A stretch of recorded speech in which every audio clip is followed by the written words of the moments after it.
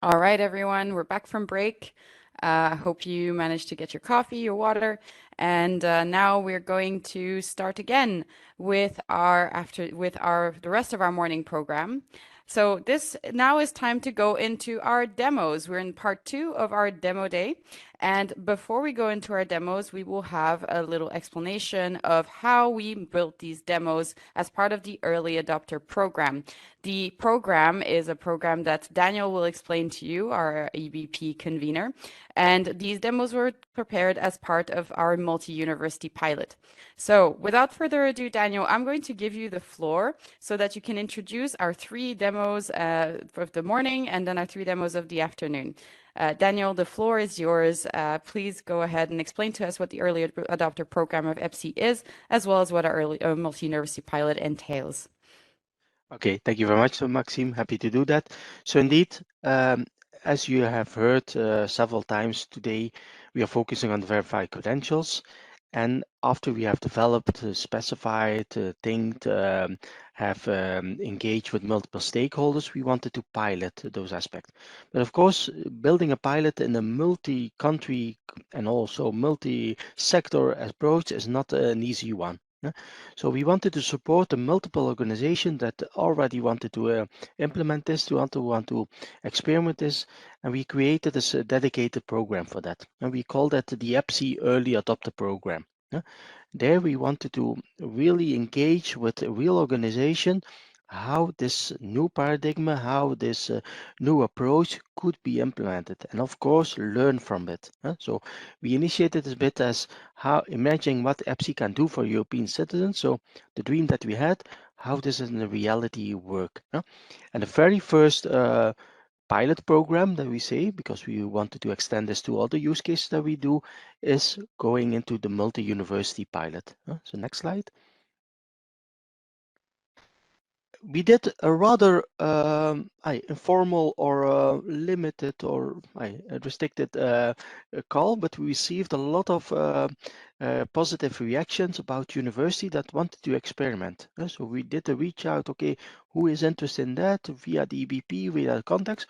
But we were very happy that we had a lot of reactions, even it was a bit limited in communication, where multiple universities, and not only university, but also European University Alliance from, you see the figures, so 2 European University Alliance, 20 universities from 15 countries volunteered to interact with us. So you see the different names. Several names will come back during the demos. But those people were already looking, okay, we have the earliest draft, we have the earliest specification, pre-production ready, who wants to engage, and those people and those organizations voluntarily apply to it. So very happy, because our aim was also to look at multiple countries. Next slide. And what we wanted to do is, together with all those engaged and enthusiastic partners, to look at a real scenario that would create cross-border project. We were not interested to say, okay, I have my university, I want to apply it for myself. That is not the most interesting case for them. We wanted to make a real journey that is a bit looking at how a real students interacts in that European space, from that issuer going to another country where you interact again, the same concepts with the verifier, and see how EBSI can support those kind of things. So all those different countries, we wanted to interlink them and really test this, pilot this in the reality. Next slide, please. And after that first call for interest, call for participation, we took all those universities, all those organizations, those individual projects, because all those things were already running projects. We took them for a journey, and we call them the multi-university pilot, where we, less than a year ago in July 2021, we kick off during multi-university pilots with the early adopters, knowing each other, knowing what they were doing things. And the first thing that we took in the journey, the first steps in August during the summer holidays, to explore the specification. Other developers, our analysts created a lot of documentation, a lot of specification, but we also wanted to see, okay, how will real organization interact with it? Are those things clear? Are those well written? Are they executable? So we took them on a journey to have that exploration. Based on all those experiments and also, of course, all those learnings, we took the next step, yeah, where we say, okay, are you now interested now that you know have learned more about EBSI to go into a design workshop? Yeah? In September 21, we took all those projects, all those universities and all those solution providers also with them, also a lot of wallet providers came with us to a design workshop, right? To see, okay, you have now the EBSI capabilities, you have the verified credentials model that you want to use. How will this implement or apply to your business process? Yeah? That is what we did in September. After a lot of thinking, iterations, interaction, clarification, we finally in November 2021 also selected some cross-border scenarios. Some institutions were more advanced, were more eager, or more willing to really implement this, and we took from those individual projects, we tried to transform it to 6 cross-border projects, combining a lot of things, creating clusters, creating real journeys from people that interact, and that is also what the demo came out. After the selection of the cross-border scenarios with the design and interaction plan, we started and developed and worked and interacted really hard to finalize the integration in the pre-production. That started in March, and now we are very happy and very thrilled and excited to show the results of those kind of things. So we had the journey going in from July 2021, specifying, designing towards the real demo aspect. Still in pre-production, but of course, that is also something that we want to do, and of course, to evolve towards production. Yeah, this is what we are today. Next slide, please. But I think that's up to Saki to really introduce the today's pilot. Thank you, Daniel. Can you hear me? Yes? Okay, good. So 5 minutes introduction to the demos. So it's time now to go to the practical cases. So as a result of the early adopter program, the multi-university pilot, so as Daniel said, 6 cross-border scenarios have been implemented in pre-production by 10 different countries. And these member states will demo this scenario today. What is important to mention as an introduction to this demo is basically that they are respecting some key principles. So first of all, each scenario illustrates a cross-border exchange of different type of educational credentials and involve at least 2 countries. They aim at having a real impact on citizens by involving actors from the different countries which are already in contact, in relationship, and already exchanges significant amount of verifiable credential exchange.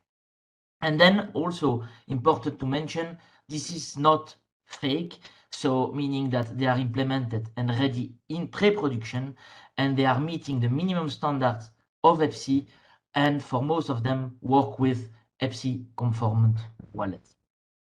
So today, if you go to the next slide, you will get the chance, and I will go very quickly on that. So you can go to the next slide. Today, you will get the chance to have 6 demos from 10 countries, as I said. And together, as you can see on that screen, we are trying to, or they are trying to answer the following question. So how EBSI and educational credentials can help citizens study, live, find a job, and grow in a cross-border context. So you see the different demos that you will see will involve scenarios, live scenarios, illustrating, for example, a student getting a diploma with a list of courses validated from Erasmus, a student applying for a PhD with a bachelor master degree from a foreign country, a student getting access to local discounts using a European student e-card. You will also see a refugee presenting a EQPR to a European university to apply for a master in Europe.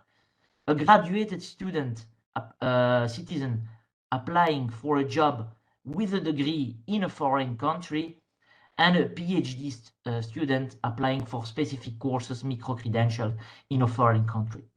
So these are the list of demos that you will see today. We will start with the first 3 demos, then we will have a lunch break, and then in the afternoon we will have 3 other demos. Each demo will have a small introduction of 30 seconds by the EBP conveners who have coached them during their implementation journey, as well as with the technical team, of course. Without any more time, I'm happy now to introduce you to Luis and to the first demo, Luis Arino, who will present you and introduce you to the first demo. Luis, the floor is yours. Thanks, Saki. The first scenario, first scenario will demonstrate how easy cross-border mobility of students using EBSI can be.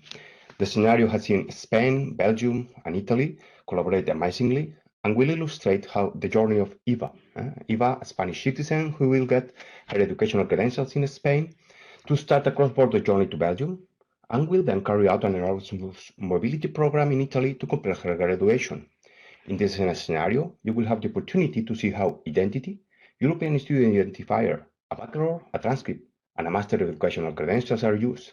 All this will happen in the context of one of the best mobility programs for students in Europe. Now I give the floor to Ellen, or for today, I should better say Eva. So Ellen, Eva, the floor is yours. Thank you, Luis. Good morning, everyone. We as EBSI early adopters are very excited to showcase, after a year of hard work, the first multi-university pilot of the day. Who are we? Well, we start in Spain. The public services in Spain are represented by José Manuel Panizo Plaza. He's an innovation project manager at the Royal Spanish Mines, and Montaña Mercan, technologies coordinator at the Ministry of Economic Affairs and Digital Transformation. They enable a service for Spanish citizens to acquire a verifiable identity. But we also work with educational credentials in our scenario, issued by 3 different European universities. In Spain, the University Rovira y Virgili is represented by Luis Alfonso Arino, the convener of the EBSI diploma use case. My name is Ellen Lerouge. I'm head of administrative applications for students at the IT department of KU Leuven in Belgium. And I work on this pilot with my colleague Jan Ducajou, who coordinates new initiatives within our university. And last but not least, we work together with the University of Bologna in Italy, represented by Sergio Storari, head of the Digital Identity Office, and Andrea Roberta Costagliola, a research fellow at Unibo.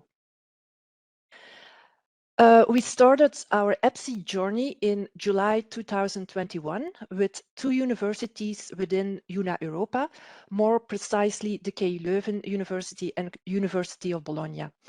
Una Europa is an alliance of 11 universities across Europe, and therefore an ideal candidate for the EBSI Early Adopter Program and a multi-university pilot. The focus within Una Europa is on the exchange of educational credentials between our partner universities. But in a second phase, in January of this year, our dreams became bigger. We wanted to go beyond the alliance, first through the exchange of credentials with other European universities outside Una Europa, and secondly, by including non-educational credentials, specifically an identity credential, in our pilots. And therefore, we were excited to extend the Una Europa pilot with the national Spanish pilot, where the Royal Spanish Mines issues a verifiable identity and the University Rovira y Virgili issues verifiable diplomas. So today we will demo the exchange of verifiable credentials between these institutions in a cross-border setting, so including Spain, Belgium, and Italy. How did we became EBSI early adopters? Well, we can explain this through some figures from UNA Europa. With 11 universities across 11 European countries, we have over 600,000 active students each year. And every year, the number of students moving between our universities increases. To facilitate and promote this mobility, our ambition is to create an ecosystem in which all students move seamlessly, virtually as well as physically. And one part of this ecosystem consists of the exchange of diplomas and credits between the institutions of the consortium, but also beyond, in a secure and a fraud-proof manner. And we believe that EBSI could help us achieve this goal. What do we expect from this digital transformation within our universities? Well, the ultimate goal is to offer digital credentials, not just in a PDF format, but in a universal standardized data format. In this way, shared credentials can be processed automatically and faster compared to their paper version. And for educational credentials, the European learning model provides this single format to describe certificates of credits, degrees, diplomas, supplements, and any other kind of claims that are related to learning. So this European learning model is the enabler for educational credentials. Secondly, we want to empower our students with digital trustworthy certificates, especially in the context of lifelong learning, but also to promote mobility. It becomes important that students gain verifiable, shareable, but also portable records of achievement that enable them to take their credentials on the go for presentation to third parties. These digital credentials should facilitate a relationship between the student and our university. So we aspire happier students through simpler processes and less paperwork.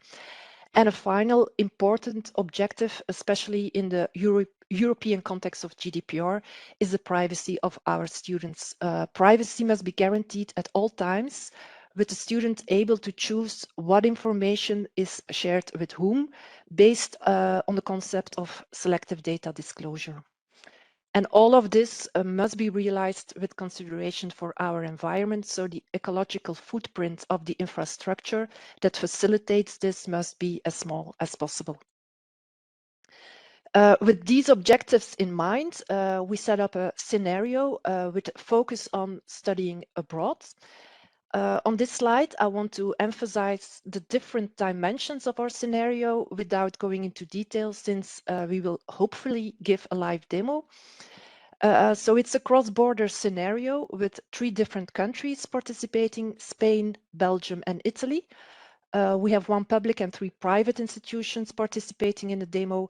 4 different types of credentials are used. We use a verifiable identity, and then we use educational credentials. We use a verifiable academic ID, a verifiable diploma, and a verifiable transcript of records. In our scenario, a lot of verifiable credentials are exchanged cross-border with Eva. I'm Eva, always in the center of the exchange. So Eva is a Spanish citizen who obtains a bachelor diploma at the University Rovira i Virgili in Spain. She uses her Spanish verifiable identity and her verifiable bachelor diploma to apply for a master degree at KU Leuven in Belgium.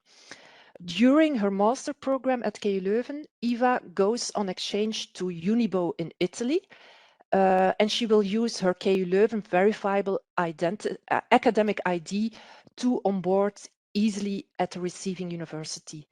And through a verifiable transcript of a record issued by Unibo, she can easily share her obtained credits with the home university KU Leuven to finally obtain a verifiable master diploma at KU Leuven.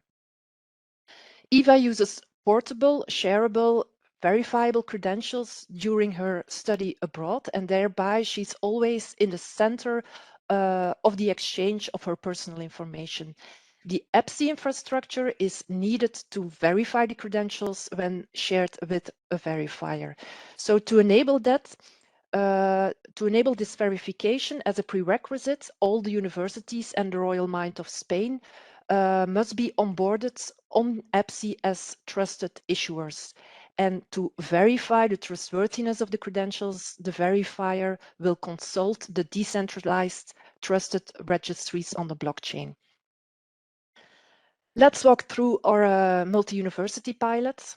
We use verifiable credentials empowered by EBSI. This has been explained in an excellent way before, but it will not hurt to shortly repeat again. So an issuer issues a verifiable credential to a student. The credential is stored in the personal wallet of the student. One or more credentials are shared by the student with a verifier through a verifiable presentation, and the decentralized registries on the blockchain are used by the verifier to check the trustworthiness of the verifiable presentation. What do we need for this scenario to work? First of all, we need a digital enterprise wallet for our universities to issue verifiable credentials. We also need a digital user wallet for our students to store the verifiable credentials. In addition, these wallets must be EBSI compliant.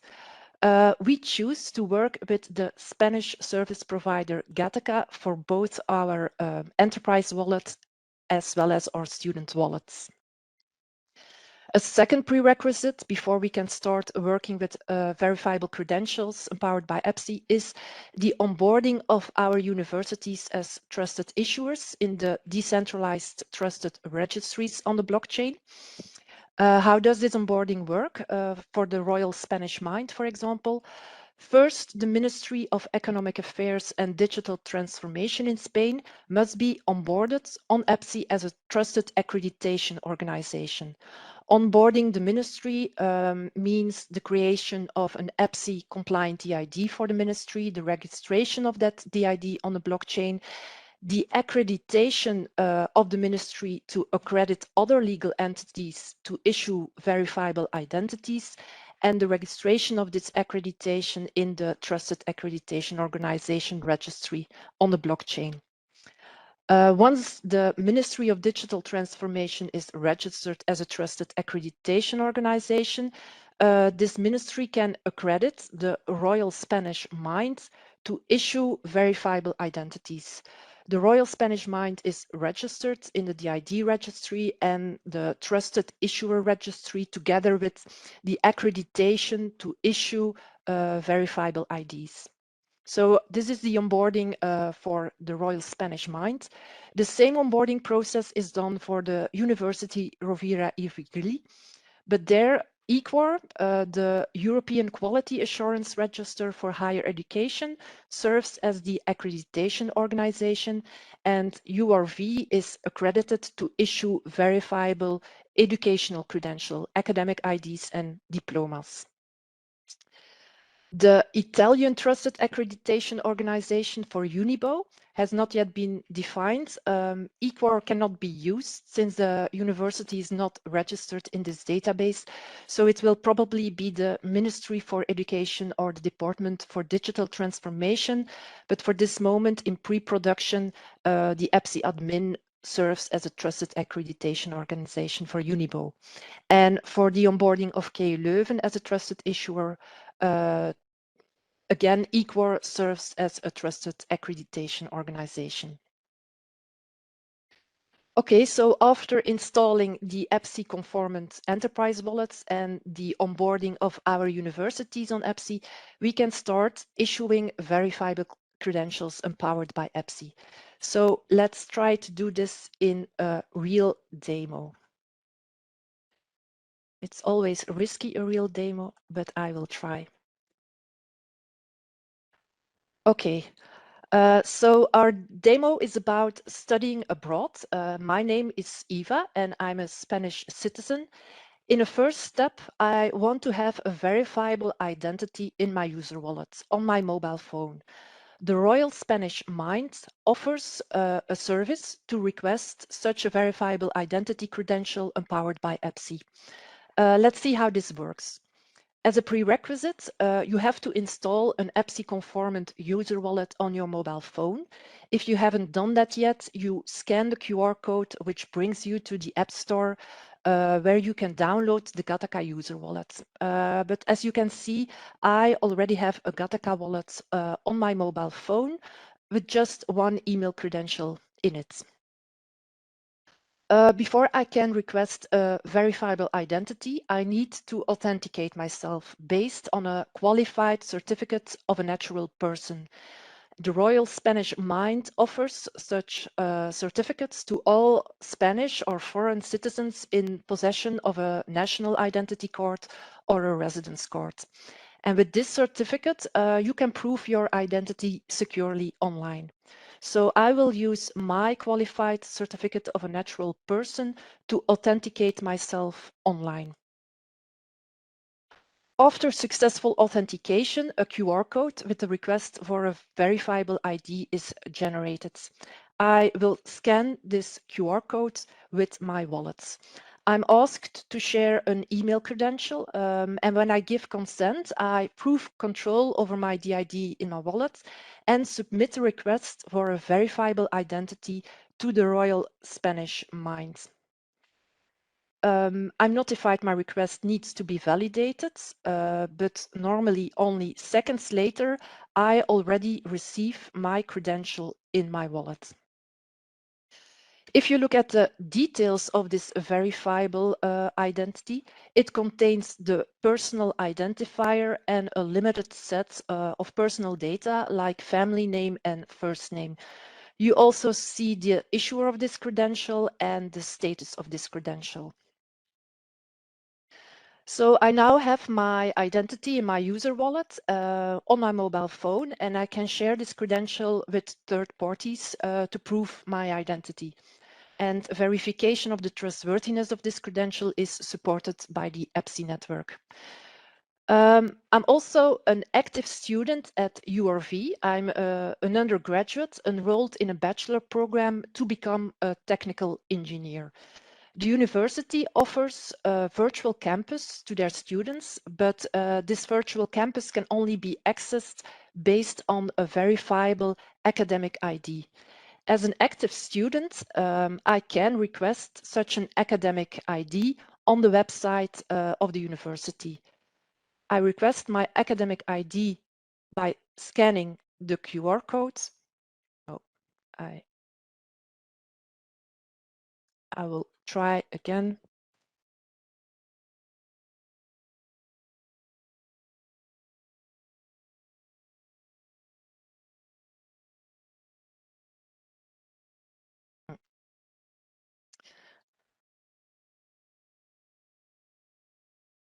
Okay, I open my wallet again.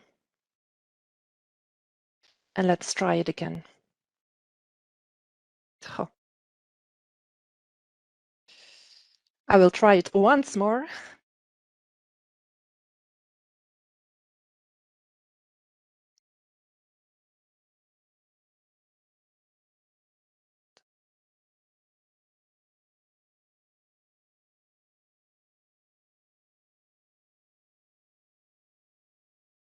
Okay. Yes, so I requested my academic ID by scanning the QR code, and as you can see, now I'm asked to provide my verifiable identity. When I share my verifiable identity, the university will check the trustworthiness of the verifiable identity by consulting the trusted registries on the blockchain. So the signatures within the credential are checked, as well as the trustworthiness of the issuer, which is in this case the Royal Spanish Mint. When the verifiable identity is validated, the university also checks whether I'm an active student or not. And if so, the university issues a verifiable academic ID. If you go to the details of this academic ID, you find the European Student Identifier of URV in this credential. In this demo, the verifiable academic ID of URV is used to access the virtual campus of the university. So let's log into the virtual campus of the university. This is again easy. I scan the easy login QR code. I'm asked to share my academic ID. The academic ID is verified by the university, and when the credential is successfully verified, the shared credential is linked to the university, and I'm logged in to the virtual campus room. In the wallet, I can see at all times which credentials I shared with which verifiers. You can see it in the services section. At this moment, for example, I have shared my verifiable academic ID with the University Rovira I Virgili. I'm now logged in to the virtual campus and I can, for example, go to my profile where I can consult my study progress. And at the end of my study, when I graduate, magna cum laude, I can request a verifiable diploma. And therefore, I scan again the QR code. I give consent to share my academic ID, prove control over my DID in my wallet, and submit a request for a verifiable diploma. I'm notified that my request needs to be validated. The university checks my academic ID, creates a digital diploma, and signs it. And moments later, I already receive my verifiable diploma in my wallet. If you go to the details of the diploma, the data scheme for a diploma and especially the supplement is very complex, and therefore at this moment it is displayed in JSON format, but we have to think about a better representation of complex credentials in the user wallet. Okay, well, I enjoyed my student life at URV in my home country, but as a European citizen, I would like to explore the world, starting with a master program at a university in another European country.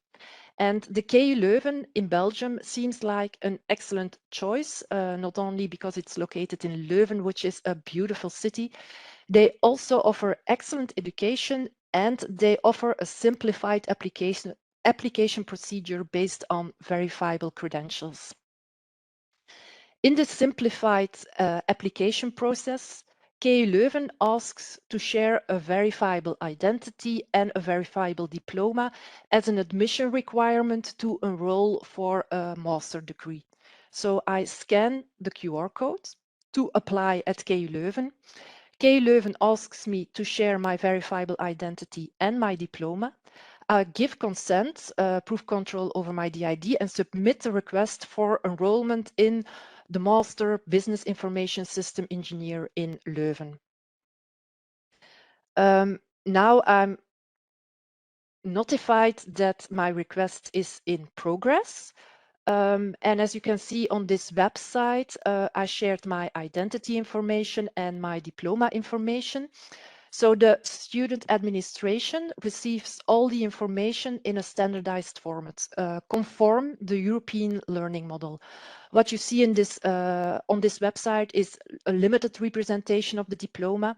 The diploma credential provides much more information than what is displayed here.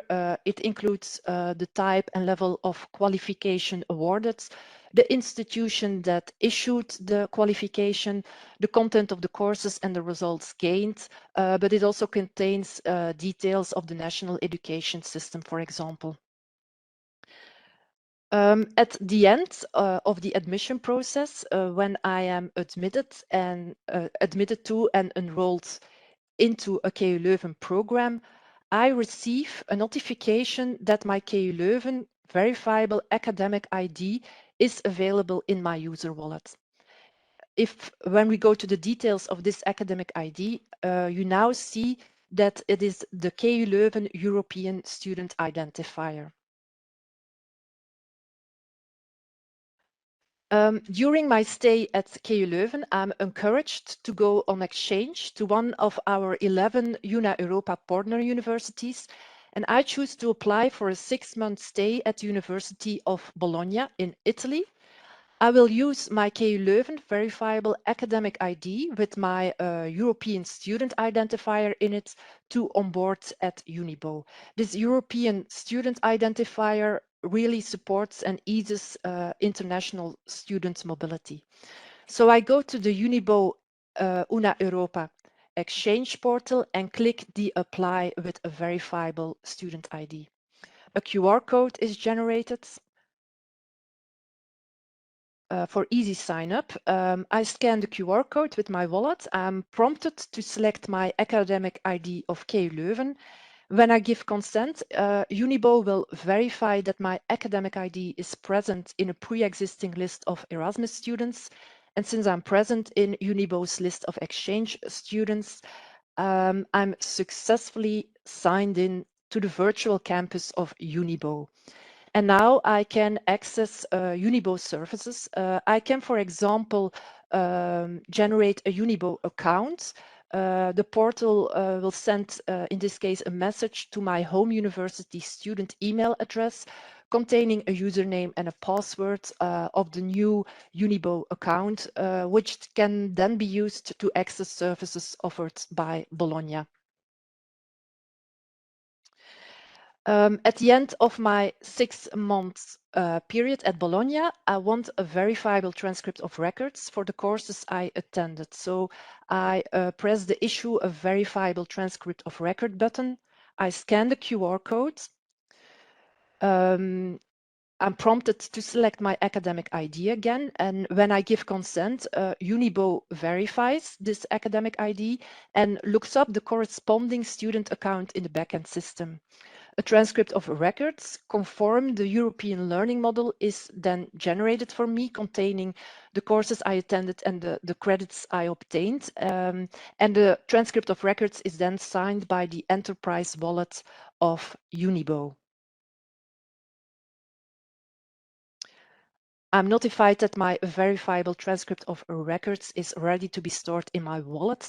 And on the website, you see the program, the European student identifier, and the credits I obtained during the Erasmus period at Unibo. I can now share my transcript of a record with my home university, KU Leuven. So I go back to KU Leuven in Belgium and I share my verifiable transcript of record with my home university just by scanning the QR code with the request. KU Leuven asks me to share the transcript of records as well as my academic ID.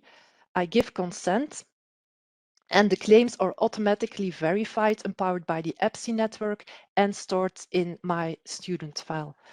The credits obtained in Unibo are now uploaded at KU Leuven. And finally, after 2 happy years in Belgium and Italy, I obtain a master degree and request KU Leuven for a verifiable master diploma. I scan the QR code, authenticate myself based on my academic ID, and I receive my verifiable diploma of KU Leuven in my wallet. A simplified representation of the diploma is displayed on the website. So the master diploma is issued by KU Leuven and contains also the courses that I obtained at Unibo.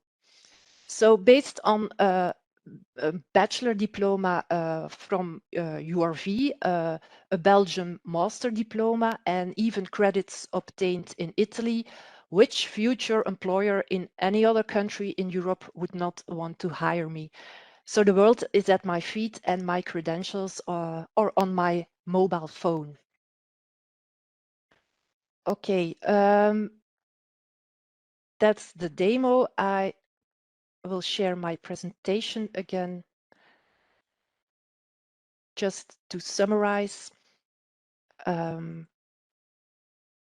Okay, so imagine that all of this is actually used to manage mobility between Una Europa universities and other educational institutions involved in Erasmus. This way of sharing digital credentials reduces processing time and improves the reliability of the student onboarding at a university. So by using a verifiable identity, you avoid the need of face recognition of the incoming student. By using data from the verifiable identity and the verifiable academic ID, you can make a faster and reliable registration of the incoming student into the receiving university. So time is reduced, let's say from 2 days to a few minutes. Also, by issuing a verifiable transcript of records, time is reduced and reliability is increased for the Erasmus credits recognition at the home university. So no more paper PDF certificates exchanged between the home and the receiving university. And the SSI approach allows students to have all the verifiable credentials in one place, the personal wallet, to control these credentials and share them with verifiers based on selective disclosure. So Europe will become a better and certainly happier place for both the students and our administrations. So let's build a digital Europe together. I really would like to thank my project group, the EBSI support team, and last but not least, our Spanish service provider, Gattaca, for all the support in setting up this pilot. Thank you.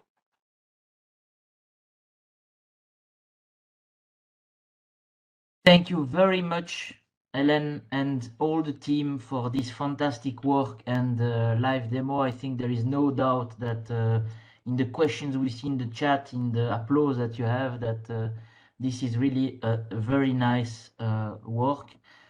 I just want to remind everyone that after the 3 first demos, so 2 more to come, we are going to have a Q&A where we are going to answer some of your questions.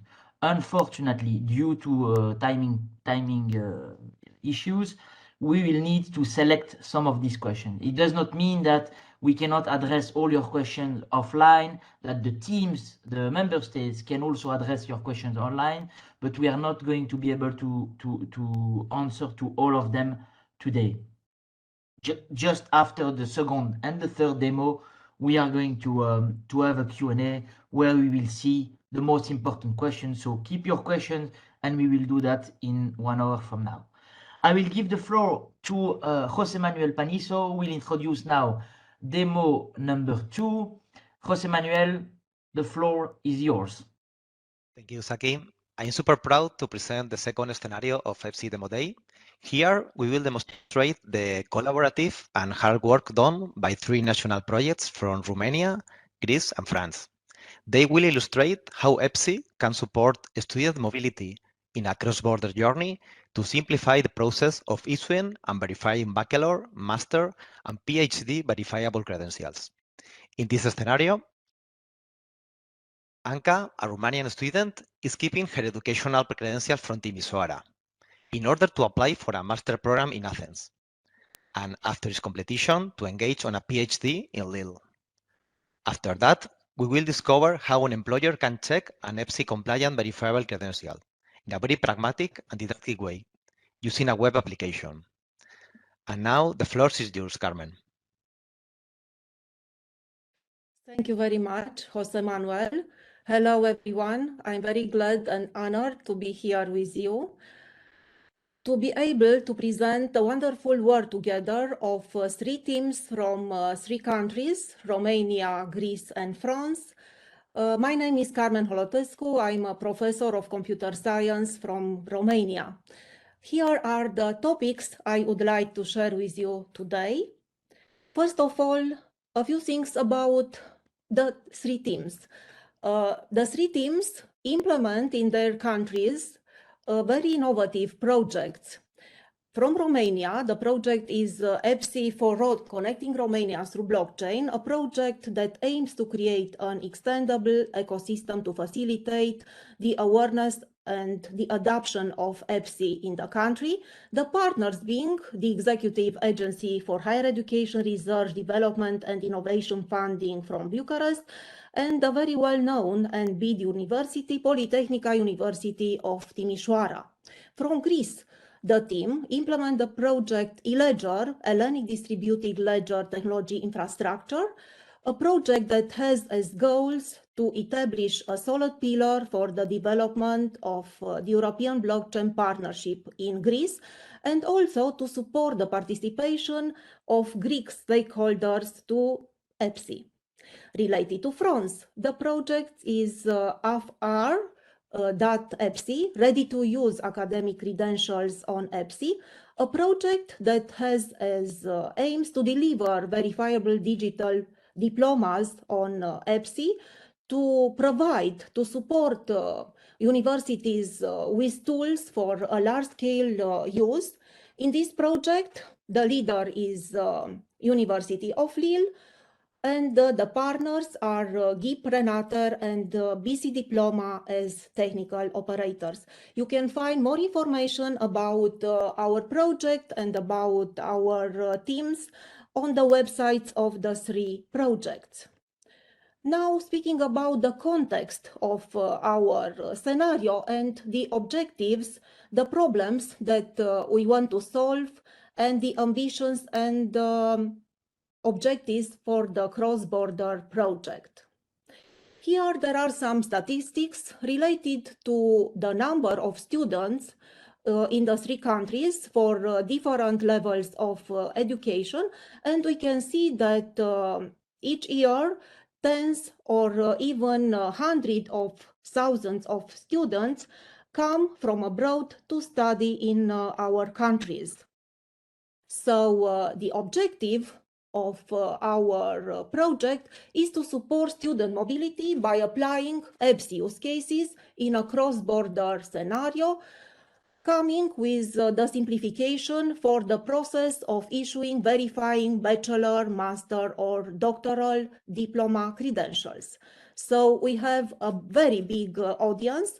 We speak about all the students in Europe that want to apply for a PhD study or for a master study, or also to apply for a job. The objectives are to simplify the administrative processes, to enhance trust, and also to increase efficiency. And how we could use, how we could solve all this by using the EBSI use cases, self-sovereign identity, and also diploma management. Which were the actors and their roles? As trusted accreditation organizations, there were ministries and organizations in our countries, Ministry of Education and also the agency of from Bucharest, UEFI-CDI. From Greece, there are Ministry of Education, Ministry of Digital Governance, GRNet, and from France, there is the Ministry of National Education.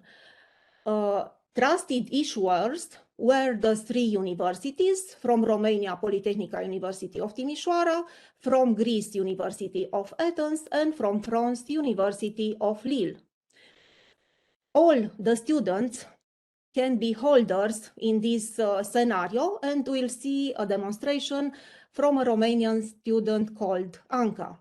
And as verifiers, there are the other universities, any university in Europe, or any company in which students want to apply for a job.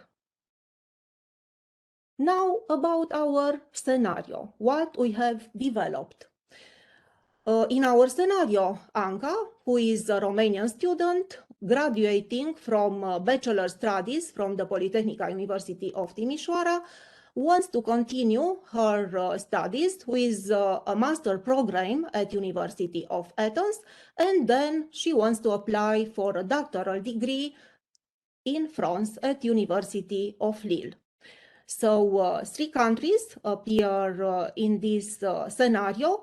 The actors are the three pioneering universities: Polytechnica University of Timișoara, University of Athens, and University of Lille.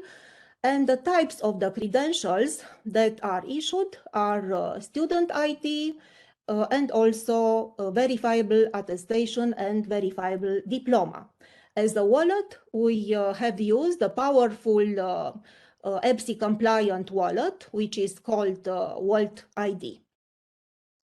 Here we can see the representation of our cross-border scenario on the map of Europe. We can see that Polytechnic University of Timișoara is the issuer for student ID and for diploma credential.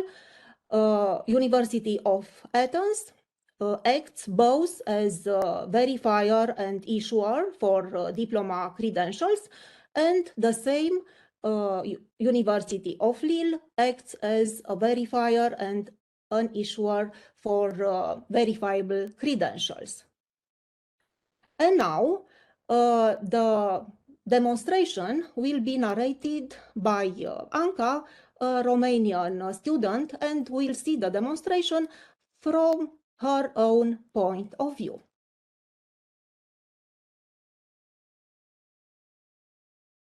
My name is Anca, and I graduated with my bachelor's studies from the Faculty of Electronics and Telecommunications of Polytechnica University of Timișoara, Romania. To further my studies, I want to enroll in the master's program in data science and information technologies offered by the University of Athens. Let's see how I can easily enroll in this program using the potential and trust provided by the European Blockchain Services infrastructure. To make use of EBSI capabilities for verifiable credentials, I have to store my credentials in an EBSI compliant wallet, so I set up a Vault ID wallet obtaining a decentralized ID, DID.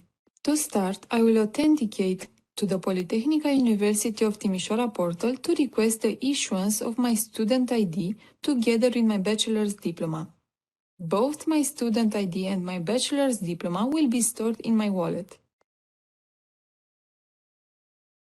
And now we can see in Anca's wallet the information specific to the two verifiable credentials, her student ID and bachelor diploma.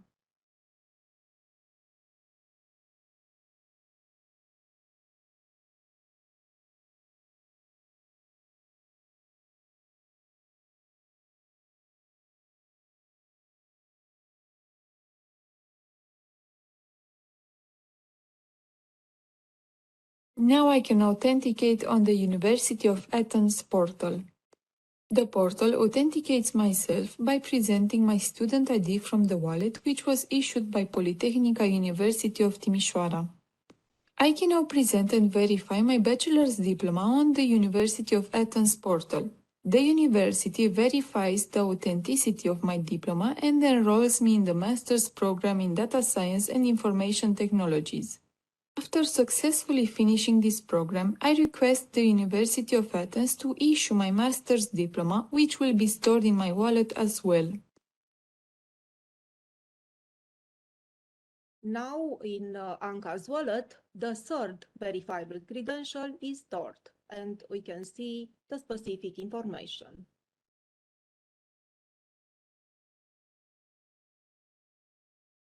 Being an ambitious person, I decided to apply for a PhD degree at the University of Lille, France.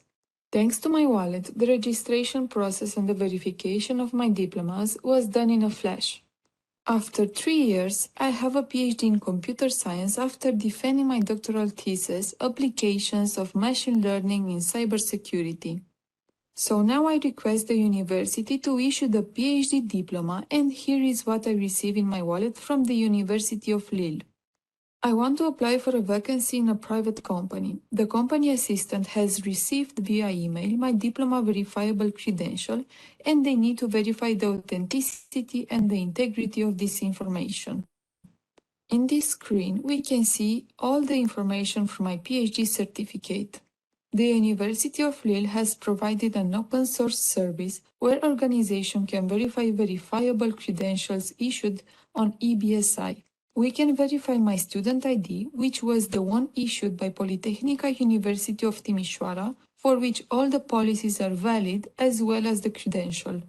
We can then verify the PhD certificate credential issued by University of Lille, and the credentials are valid as well, The signature, schema, the IDs, and dates are all valid and issued by a trusted authority. Being issued on EBSI as verifiable credentials, I can easily share my 3 diplomas to be verified by any third entity across borders with greater authenticity and trust, and I'm the owner of my data.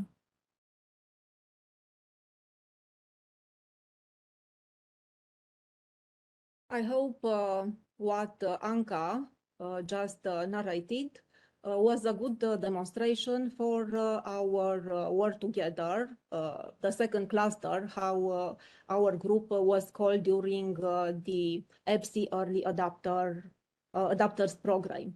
Now let's see the roadmap and the key challenges we had to face and also we managed to solve. First of all, our scenario addressed the challenge of student mobility in Europe for services requiring student identity or degree verification. A first challenge was to use the same personal student wallet in 3 countries and 3 universities. How we could solve this? By using the World ID wallet, a very performant EBSI compliant wallet. This wallet was used in this project successfully, as you could see in the demonstration. And we have benefited of all the professional support of the World ID team. We want to thank them again. And also it was possible this because Polytechnica University of Timișoara issued a decentralized ID and also verifiable identity attributes, which were used in the whole scenario. Then the second challenge was to issue EBSI compliant credentials recognized in other countries. Here, the 3 participating countries have issued Europass diplomas valid on the European blockchain services infrastructure. This was possible because we have a very close collaboration, and also we have benefited of all the constant and professional support of the EBSI team. The third challenge was to allow a university department or recruiter to verify a credential submitted by a student. And this was possible because the French partner built a very good open source verification service, which is online and could be used by any of you. And Anka just show you this open source verification service, and on this slide you can find, when you will receive the presentation, the link to this service. So this service was built by the French team, and it was possible because World ID is an open source project to which also the other teams in this cluster brought their contributions. Now, our call to action.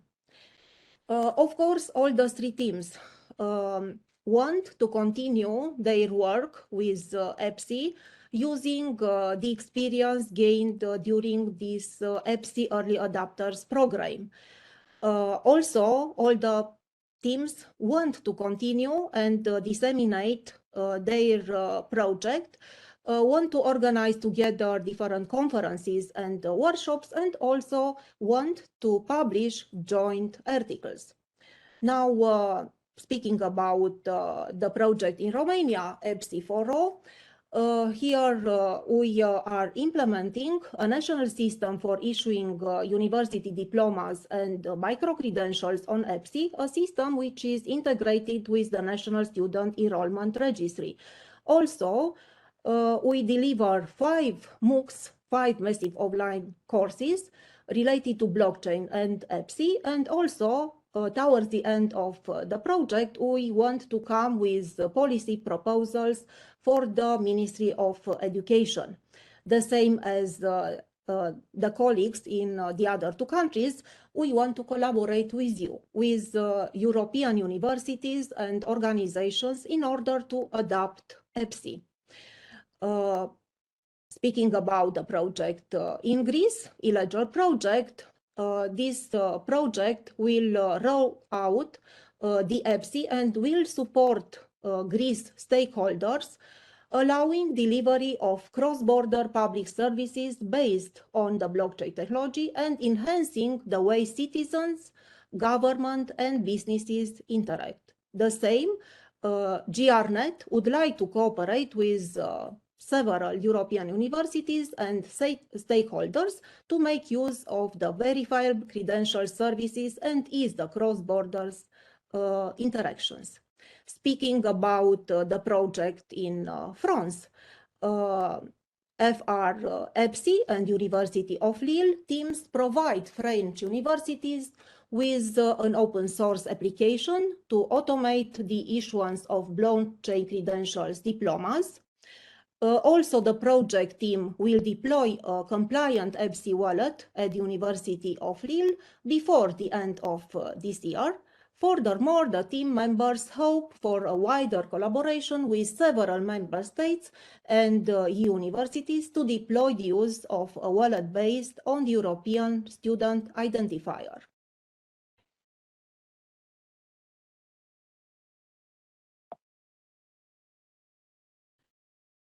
Each year, thousands of European students apply to study in a foreign country, building their personalized learning journey. Let's support them in building this learning journey the same as Anka did by using the EBSI capabilities. How these learning journeys could be flexible, could be performant, could be trusted, and could be continuous.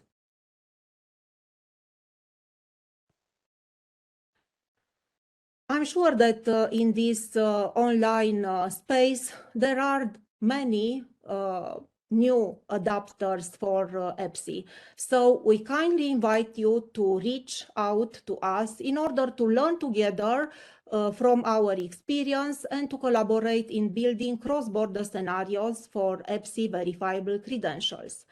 You can find here the websites of our project, where there are many details about our projects and our social media accounts. And also please use these email addresses in order to get in touch with us. I cannot end my presentation without thanking again to the professional EBSI and World ID teams. Also, I have to say again, congrats and thank you to all the members of the three teams who built together this scenario.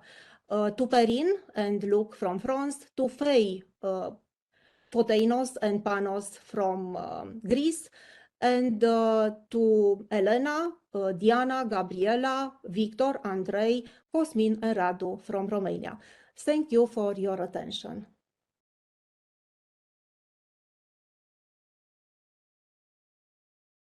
Thank you very much, Carmen and the whole team for this great presentation, this great work. We are now going to go to the third demo, and one demo to go before going to the questions and the Q&A. Thanks again, Carmen and team. It was really fantastic. Now I will give the floor first to Daniel Duseuil, who will quickly introduce demo number 3. Indeed. I will quickly introduce this demo while Miguel is preparing himself and sharing the presentation. In this demo, we go a bit outside of the educational world. You have seen examples, interesting examples, how education, university interact with university. But of course, a student not only stays in a university, also comes outside. And in this interesting example, we'll see how a Belgian student studying in Ho West in Bruges will interact in the beautiful city of Prats in Spain So an interesting demo. Miguel, the floor is yours.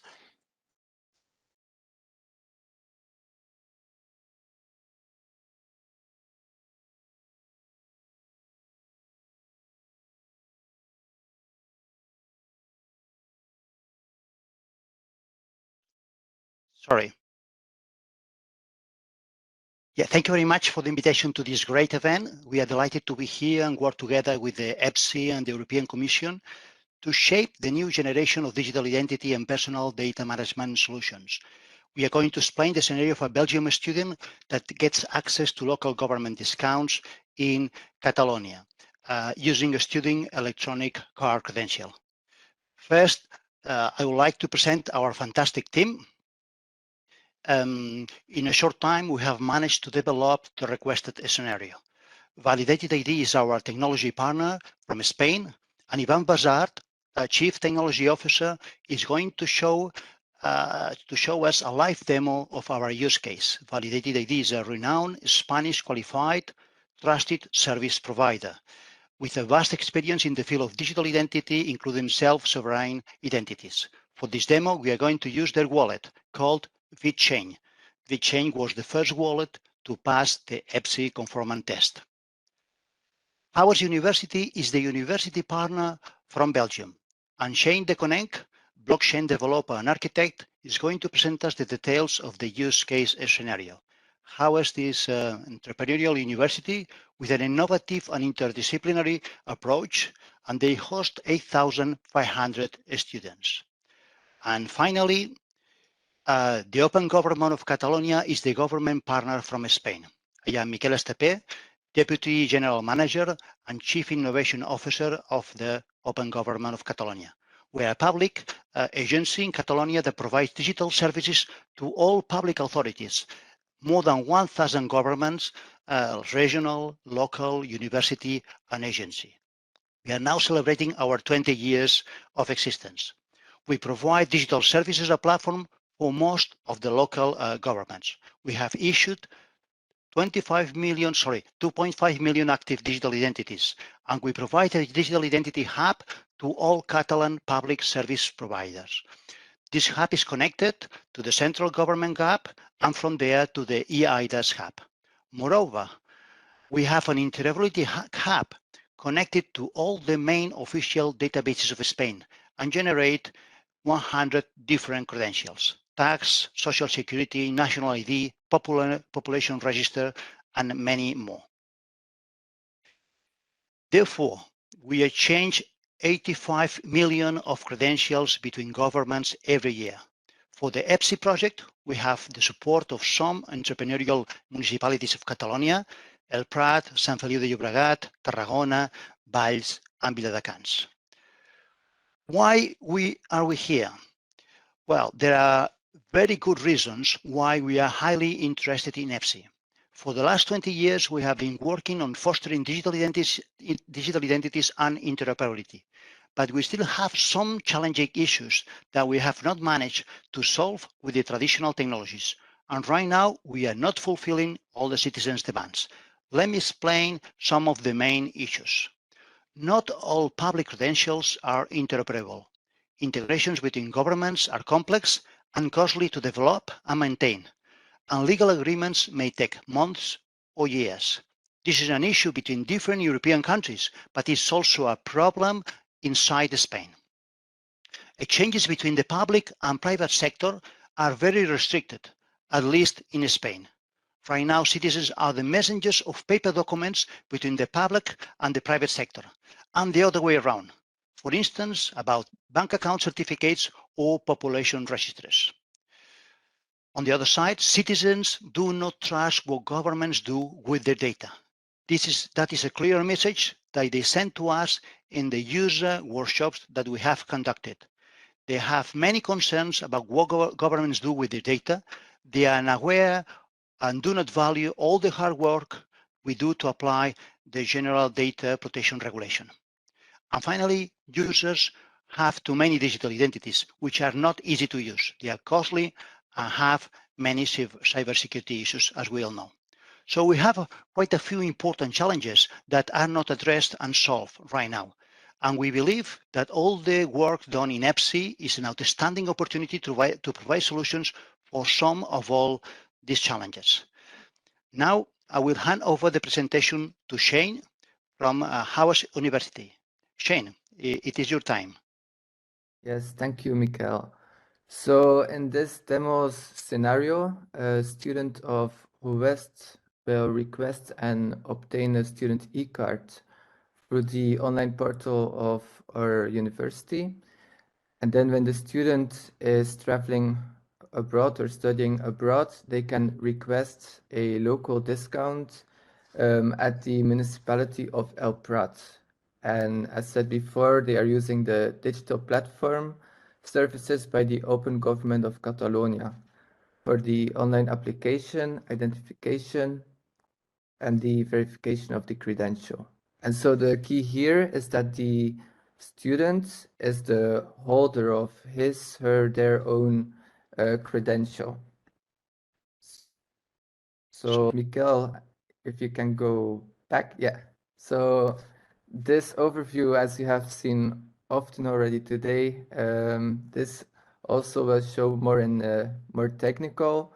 So also West University has gone then through the EBSI onboarding. So they are recognized, or they are part of the register of issuers, and their public key is also registered. And then when the Belgian student uses the online portal of the university, they request their student e-card, and then West University will issue it to the student. So they do this by scanning a QR code, which Yvonne will demonstrate shortly after. Then the municipality of El Prat, using the services of the Open Government of Catalonia, they offer a way for these students to authenticate and to present their e-card. Then the municipality of El Prat can verify that indeed West signs this e-card, and also that it's not revoked. Thank you, Mikael. Thank you very much, Shane. Now the demo will follow. It's going to be conducted by Ivan from Validate ID. Thank you so much, Shane and Mikel. I will try to make the demo on live, which is more risky, but also more fun. So let's see if everything goes properly. I will just, okay, minimize the screen. So as already explained by Shane and Mikel, in this demo, I will play the role of a student from the University of Howes at Ghent in Belgium that would like to spend his summer in the city of El Prat in Spain. And here in the demo, we would like to show how it's possible to manage the personal information from the wallet and share it in a cross-border scenario, in this case between Belgium and Spain. So in the right side of the screen, I'm sharing my phone, my device. So we can see the wallet that we will see in this demo. We'll use it in this demo. In this case, is the wallet of BitChain provided by Validate ID. Let me open it. Okay. And in the left side of the screen, so we will see the different portals that we will be using in this demo, which are mainly the Howest University portal and the portal of the government of El Prat. Okay, so the first thing I need as a student is, of course, the wallet itself. I have already downloaded it in my device, and I need an identifier, a DID. It has been explained during the day what is a DID, so I will not go into that into my details. But just to give a short example, an easy way to understand, so if we think about the wallet as an email client, so an email client, in an email client, you may configure different email accounts coming from different email providers. So here in the same way, in the wallet, you can configure different DIDs that can be related to different ledgers. So of course, in this wallet, this demo will use in the wallet a DID of EBSI, which is already installed, as we can see here. So this step is already covered. So next thing I have to do is to log in the university portal of Howest, in this case with user and password. So I just log in here. And then, as the university knows who I am, I'm Ivan, at the time I'm a student, I can request at the university a student e-card to prove that I'm a student of this European university in any other place. So for doing that, I just click that button. And then what's happening is, okay, the university knows who I am, but needs to know which is my wallet and which is my identifier in order to make that link and to issue that credential for my use. So for making that connection, that link, I need to scan the QR code. We have seen it in the demos previously, so it's the same procedure here. So when I scan the QR code, the wallet says, okay, you have different DIDs here, which DID you would like to use to relate with the university. In this case, I will use, of course, the DID related to EBSI. Then I need to accept in order to share that information. And then when the DID reaches back the university, so then the university knows which is my wallet and issues a credential with this student card information. We can see now that in the wallet I have received that credential where I can see my student information here with my name, my address, whatever is in it. And this is signed, this is issued by the University of Howest using the DD that they have in EBSI. So I just accept it, and then I can see that this credential is coming into my wallet, so with the rest of the credentials that I may have here. Just to mention here that making this connection between my wallet and my university, so I have to scan a QR code because I'm making the demo from a computer and a device. So we need to make this link that way. If everything is happening from the device, so if you are browsing the university website on the device, there is no need, of course, to scan a QR code because everything is happening with links, so it's a little bit more smooth for the user. Right? Just to explain it. Okay, so now I have my credential. Summer is here. I would like to visit the city of El Prat in Spain. And then I realized that there is a chance to get a discount to get access into the sport facilities in the city of El Prat. And if you are a student for any university of Europe, right? So I would like to request this discount. So for doing that, I'm going to the web page of the University of El Prat.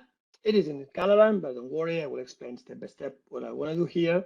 So we need to go to the section of making some procedures, some requests to the local government, and then I see here there is the request of making requesting a discount for the municipalities, sport facilities if you are a student. So I click on here, and then I see now the details, the information that I'm requested to present in this process. An important mention here is that this example that we are doing, we are making the integration with the real service of making requests and procedures for the local governments in Catalonia. So the story is, as we are doing this procedure, this can be done with any other procedure that we may think on a local government, and it can be deployed potentially in any local government of Catalonia. This is not in production, this is in pre-production, but it's a real environment. So really it's making the request on for this person on this city. Okay, so let's start. So to start the process, what I need to do is to present the information requested for the process, which of course is the e-card to prove that I'm a student from a university in Europe, but also I need to prove my identity. To prove my identity, I require what is called a verifiable ID. So there is a credential that proves my identity. This is typically issued by a government. We have seen in previous demos how to issue that. So we will not repeat that process. I already have a verifiable ID in my wallet, so I can make the process. So there are different ways to present my information here by means of a digital certificate or any other identity methods that are supported by the AOC. And as we have seen in this Identity Hub, it has been included the ability to present that information using your identity wallet. So I just click in here, and a little bit the same process that we have seen previously. So I need to scan that QR code. Okay. And then I see in my wallet that now two credentials are requested. So a credential about my identity, this verifiable ID, and a credential about that I'm a student card from a university in Europe. So I just accept sharing these two credentials. So by doing that, these credentials reach, this information reach the local government and the AOC services. And an important thing here is that even it's transferred for the users, behind the scenes, it is using all the EBSI technology in order to prove that those credentials are valid, have not been tampered, are becoming from a trusted issuer, all these kind of things that are relevant for security and data privacy, which are transparent for the user, but are very relevant. And I think here's where EBSI shows the powerful that we can deliver in that. Okay, so let's finish the process. So I need to just fill in some extra information, like for instance, which university I'm coming from. As this information is coming from the credential is already filled, then there is some other extra information that I just click on there. I need to fill in also my phone number. In this case, this is not coming from the credential, so I need to fill in. I can just review that all the information for the request is correct, and then I just send it. So now all this information is sent to the AOC services in order to check that this information is correct. It's taking some time because it's making the real process. As I said, it's not production, but it's a real environment. So it's managing all the information and preparing to make the official request to letting me as a student of the European University access to the sport facilities with a special discount, right? So let's wait some extra seconds and we are done. So this is the result. I can even download a receipt. So this receipt is the official proof that the process has been done. I need to move myself a little bit here. And I open here PDF. So this is already a digitally signed PDF. And I have here all the information about the request. So we can see it's something that it's done in an official way. So to sum up, we have seen like a student of Belgium can get his e-card information in his wallet in a portable way and can use that information in a cross-border scenario, in this case in Spain, in order to get an access to a facility. So we have seen this interaction between two different entities from two different countries in an interoperable way, in a portable way, privacy respectful, using the EBSI technology in order to secure all that process. So here is when the demo finished. So I will give the floor back to Mikel for some final remarks about the demo. Thank you so much. Thanks, Ivan, for this great demo. Let me do a quick summary of our presentations. We have successfully developed a use case about a university student from Belgium that gets access to local government discounts in a municipality of Catalonia. We have a mobile wallet that is EBSI conformant and is fully functional. And we have service providers, the municipalities, that are ready to verify credentials and provide public value and public service. In the whole process, we have used the EBSI infrastructure. And this is our second successful use case developed using EBSI. The pilots have used a test environment so far, and we admit that it is a step forward. But now we're ready to take a giant leap forward. We are ready to work with real data, doing real digital onboarding. And we are in the position to do a rapid deployment to the 1,000 governments of Catalonia.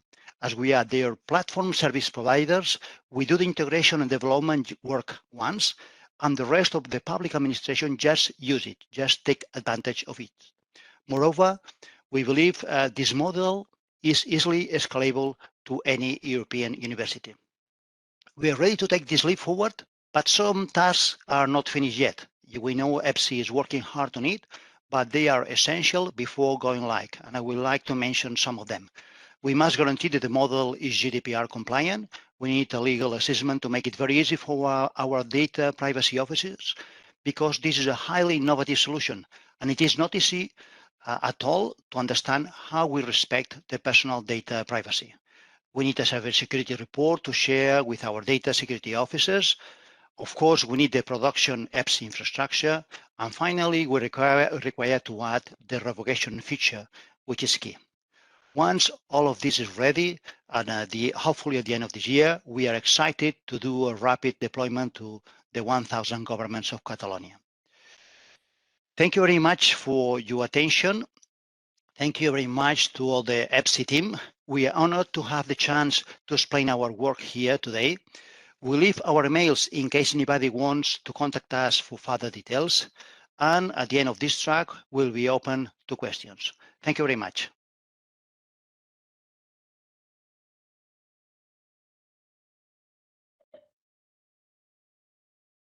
Thank you very much, Miguel and Group 3 for the work and the amazing live demo. I think it was very, very interesting. And now we have 15 minutes to go through our Q&A. But before going there, if we can go to the previous slide, please. Before going to specific questions addressed to the specific demo, I would like to invite my colleagues, so Maxime and José Manuel, and eventually Alan, to maybe answer some of the chat questions that we had, recurring questions that we can answer to the whole audience. Maxime? All right. Thanks, Saki, and amazing demos. Thank you all for preparing them, and thank everyone here for their attention.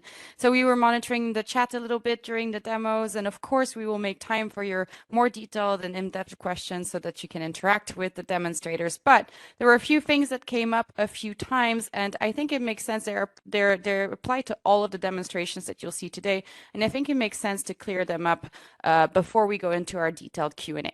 So first of all, we've seen mentioned there was a little bit of confusion about what is actually stored on the blockchain. I want to clarify this. There is no holder information, so no natural person information, be that the verifiable ID, which we call the DID per the W3C standards, be that the verifiable credential itself, or in any format, are never stored, including the private keys, are never stored on the ledger. What is, however, stored on the EBSI ledger is the trusted issuer DID. And how do we know, and by DID, we mean verifiable ID, which is just the way that we recognize them. And what we know, how we know that an issuer is trusted is that because it has received a trusted issuer accreditation from what we call a TAO. You've heard them mentioned in several presentations. And a TAO is a trusted accreditation organization. Another thing that is trusted that is stored on the ledger are the schemas in order for it to help EBSI's ledger recognize admissible inputs. Now, the trusted issuer accreditation is, like I mentioned, issued by a TAO to a specific issuer, like a university. And we had a very relevant question come up a few times, which is how are TAOs determined? Who gets to say who is a TAO? Who is the issuer of trust? Well, that depends on the legal and regulatory framework of each specific use case and for the specific credential that is presented. That regulatory framework is nationally determined in some cases, so TAOs are determined at the national level. I'm not going to go into too much detail here. Finally, we also had a recurring question come up about whether or not how much of an issue it would be if a verifiable credential held by the holder in his wallet. So everything, all the personal data and information of the holder is stored by him or her in their wallet. That includes their verifiable credentials.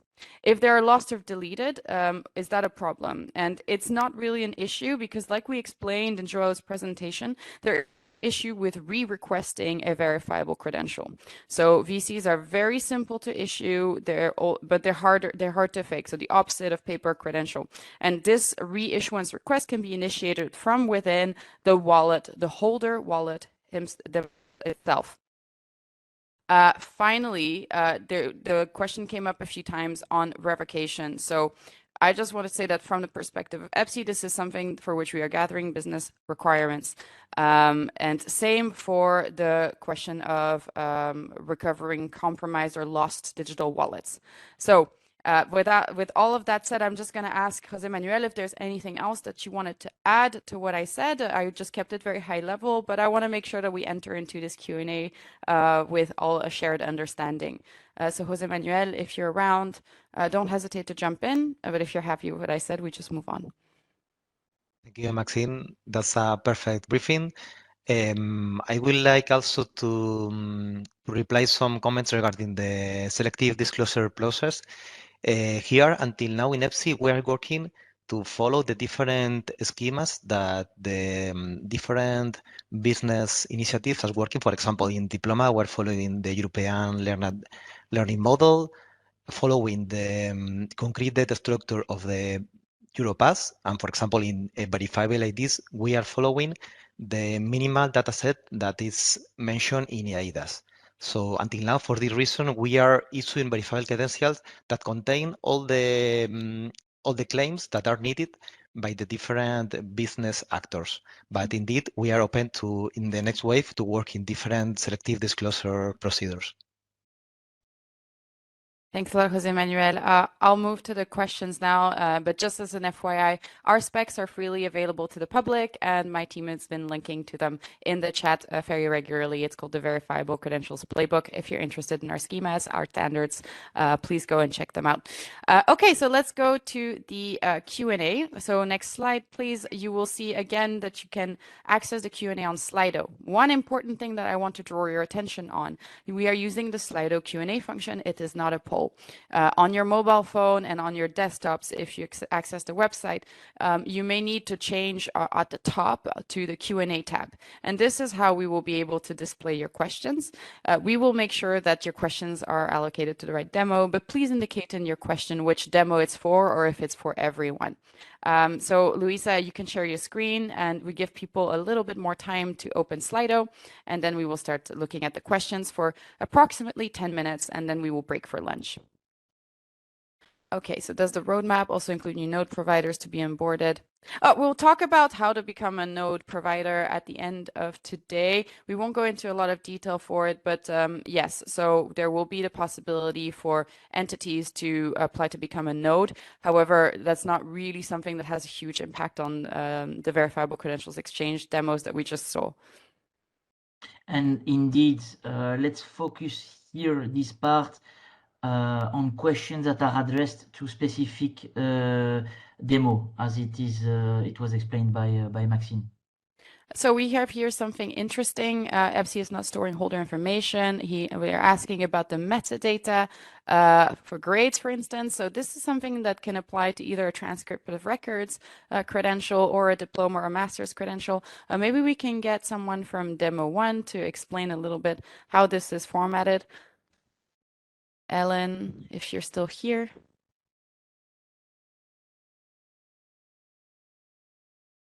Helen? Or Jan? Yes, the metadata is stored in the user wallet. So the grades and everything, like Ellen presented, at the moment on the wallet, it's for a diploma, for example, it is a JSON format, but all the information is only stored in the wallet. I hope this answers. Perfect. Yes, perfect. So everything, all the data of the holder is always in the holder wallet. What use cases can EBSI cover? We covered this in our early morning presentation. Are all wallets interoperable between the different demos?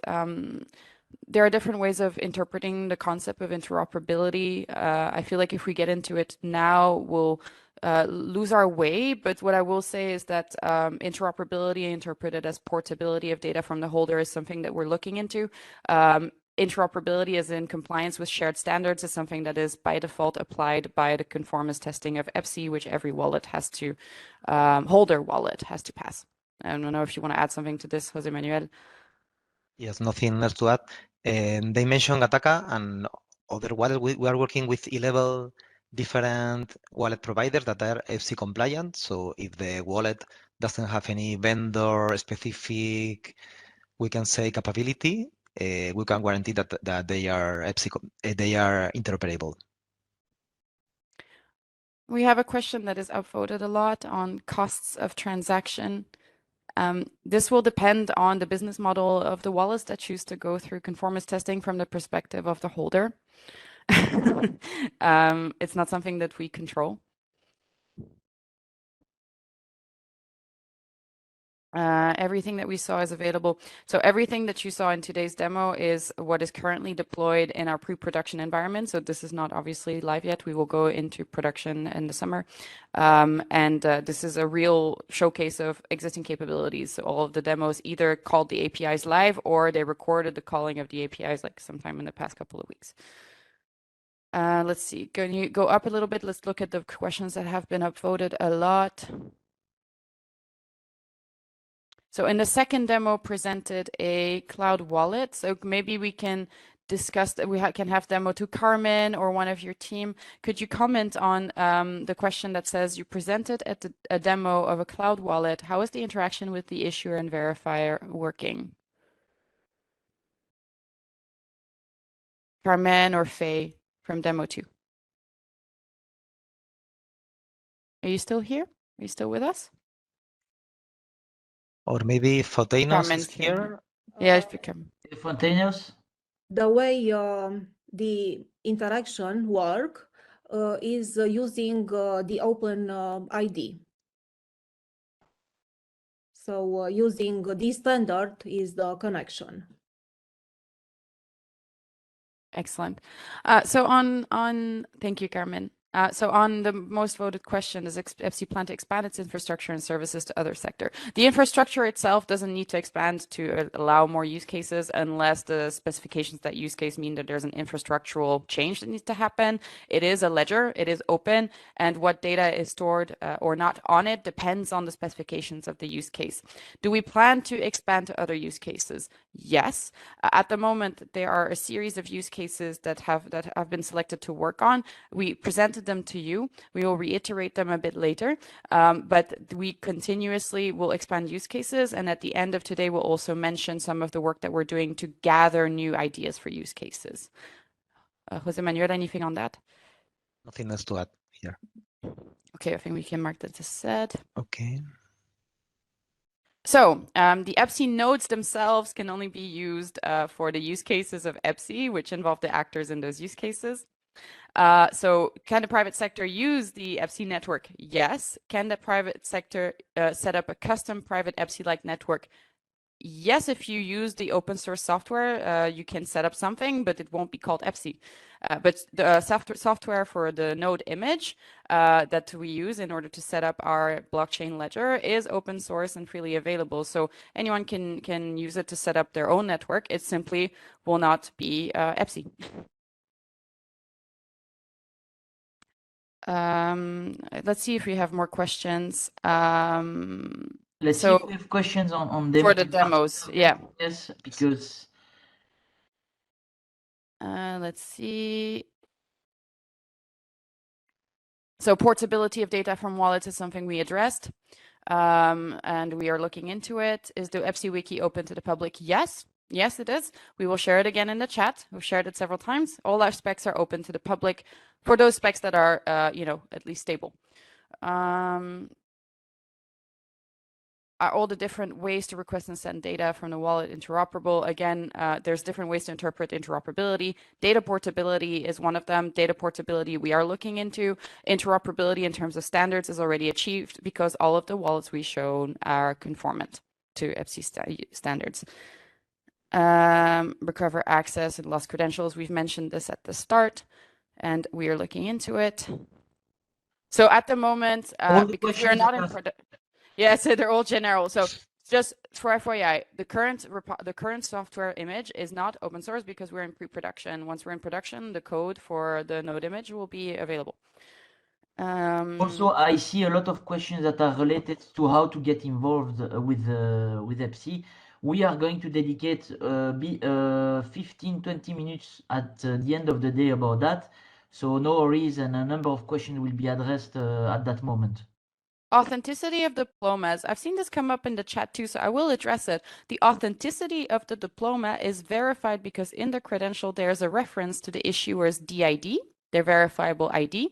And this is stored on the ledger, and we trust this because we trusted the ID of the issuer being stored on the ledger because that issuer has been accredited by a mandated organization.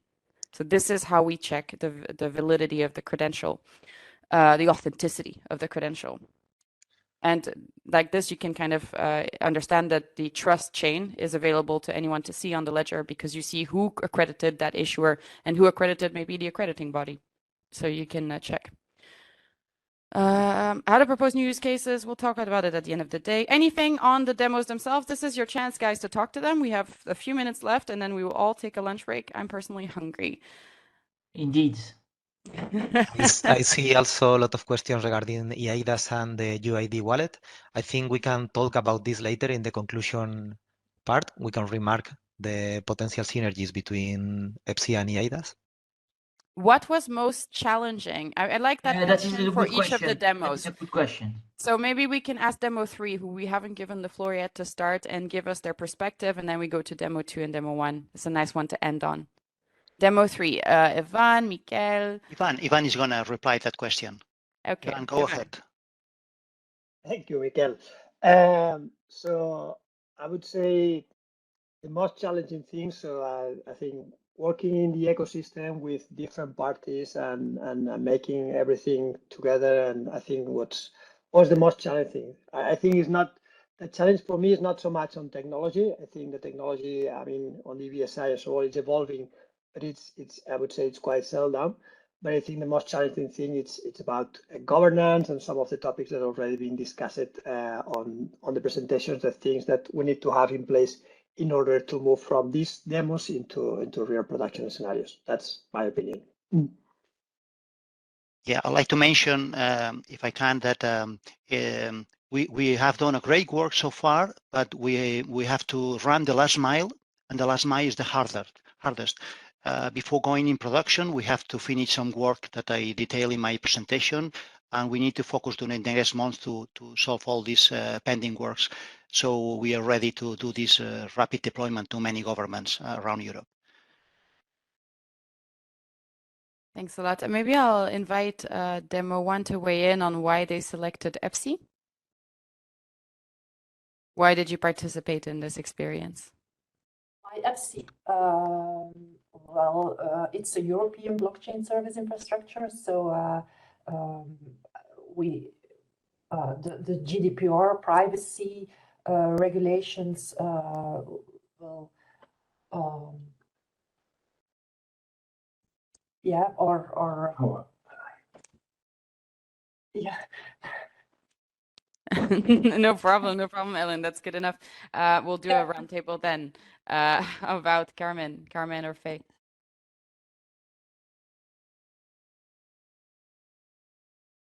Maxim, so the question is why did we select EBSI? Yes. We selected EBSI when we applied for the project 2 years ago, and EBSI Early Adapters Program was perfect in helping us to implementing our projects. But we selected because we had already a lot of information. It's a lot of transparent information about EBSI, about this great project of the European blockchain partnership. So even if we have experience with other blockchain platforms, our teams and the universities couldn't miss this platform. Thank you.